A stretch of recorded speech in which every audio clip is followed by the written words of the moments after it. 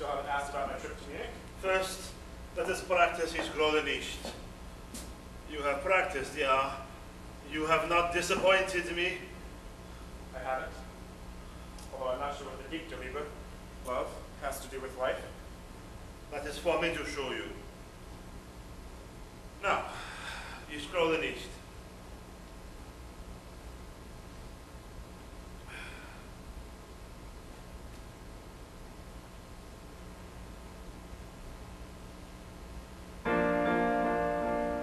I hate you not. You are singing in English. Am I? It is written in German. I'm no longer speaking German. How are we to do this song? You tell me. Or should I leave? Why don't we sing it in English? I hate you not. The translation is, I bear no grudge. These are the words. But not the feelings. Stop being so literal. Allow me some artistic license. I hate you not, although my heart may break. Love is forever lost.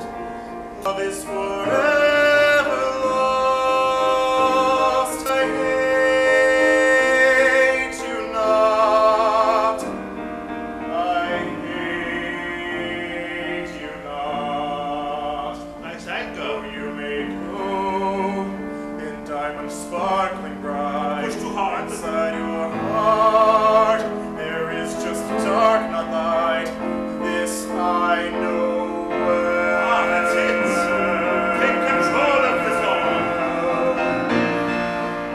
I hate you not. Too much control. Although my Wait for me. heart may break, I see you when I'm dreaming. Slow down. I see a heart that's cold and unredeeming.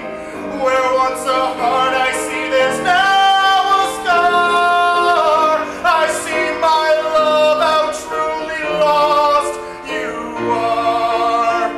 I hate you not. I hate you.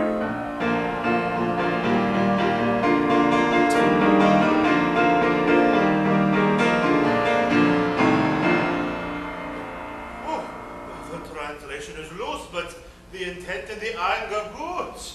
But what happened to that perfect inner metronome? I sang with my feelings. Yeah, but you forgot about the beat. It was all you, you, you. What about the piano? What if I don't agree with your interpretation? But you must be aware of my musicianship. Give me my moments. Allow us to blend, to become one. You're supposed to follow me.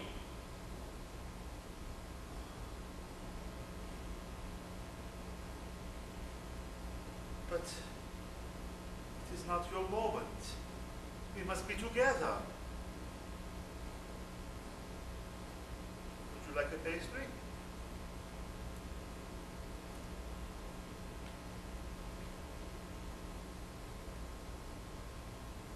Thank you. Ah, you forgot. They To only wait 3 cost times. 16 shillings. But I'll pay you 20. I don't want you to think I'm cheap. You still haven't asked about my trip to Munich? This pastry seems tart today. How can we find common ground in our music if you don't try to understand me as a person? Your music communicates all I need to know. Aren't you going to offer me coffee? You think I'm crazy? 2 weeks ago, I took a train to Munich. The next morning, I took a train from Munich to Dachau. I don't want to hear this. I arrived at the station early, assuming the ride would take a while. It took 20 minutes. Isn't that interesting? Only 20 minutes from the heart of Munich to Dachau. I think I need some coffee. At first, I thought I was on the wrong train, so I turned to an older woman sitting next to me and asked her in German if this was the way to Dachau. Actually, if you'd like some And coffee... she said to me, I knew nothing that went on there.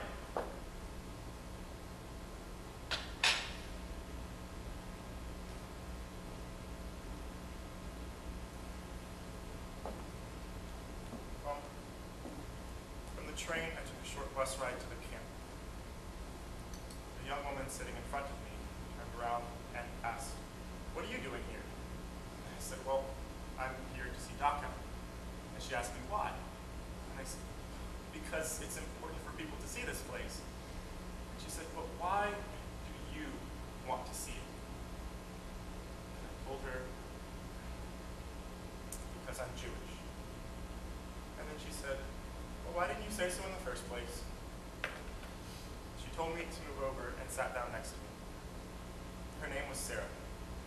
She grew up in Israel. Her grandparents had been in Dachau. They didn't want her to see it. Together, she and I did. It's funny. I was prepared for the Arbeit macht frei sign, the barbed wire fences, the guard posts.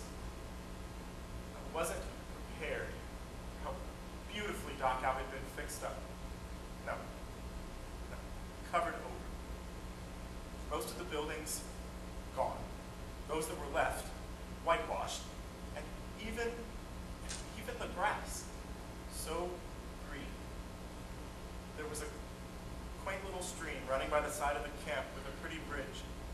If I hadn't known better, I would have never suspected that these few acres of land had been covered with thousands of emaciated, tortured bodies. There was a small museum which told the story, mostly through pictures, and under each picture a description. The only problem was that the descriptions were in German, no translations. So most people there couldn't read it since German was not the predominant language among visitors, and for those of us who could, they only supplied the barest of facts. As I walked through, I was silent, stunned, just feeling numb from the experience. Not Sarah. She was enraged. I could see her whole body just tightening up as we walked from room to room in the museum. Finally, we passed a guard and she just started yelling at him, saying he was burying the truth. And the whole time, he just stood there, expressionless, silent.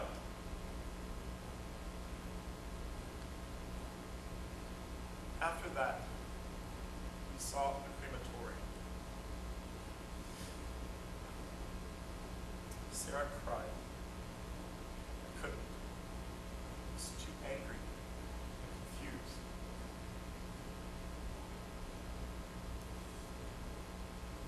Before leaving, we saw the Israeli memorial. It's a stone tower. You look at it by going down a ramp and peering through a gate. Inside, it's almost completely dark, except for a single beam of light shining down from the top. A small, single beam of light, surrounded by darkness.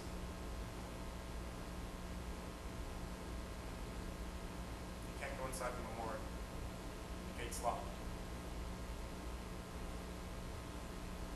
Before leaving the camp, we picked up a brochure, this one in English, telling us to please stroll through the lovely town of Dachau after leaving. We didn't. Somehow the Bavarian charm was lost on us. That night, Sarah and I spent a quiet dinner together, and at the end of the main course, she asked if I would spend the night with her. That in her hotel room, we made love. And it was hot. Like, really hot. And I kept asking myself, why is this so special? Is it because she's Jewish? Or because of what happened at Dachau? Or is she just really great at bed? Or am I suddenly better in bed? And then it hit me. You were right. Combination of sadness and joy. If one emotion heightened, so is the other.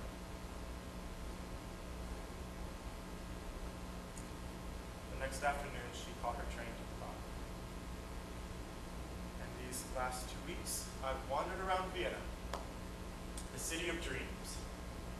And every time I wandered by a quaint, babbling brook, or saw a beautiful bridge, I broke into a sweat. And every time I got off a U-Bahn and heard that recorded message, end of the line, everybody off, I felt sick to my stomach. I thought of a man I had respected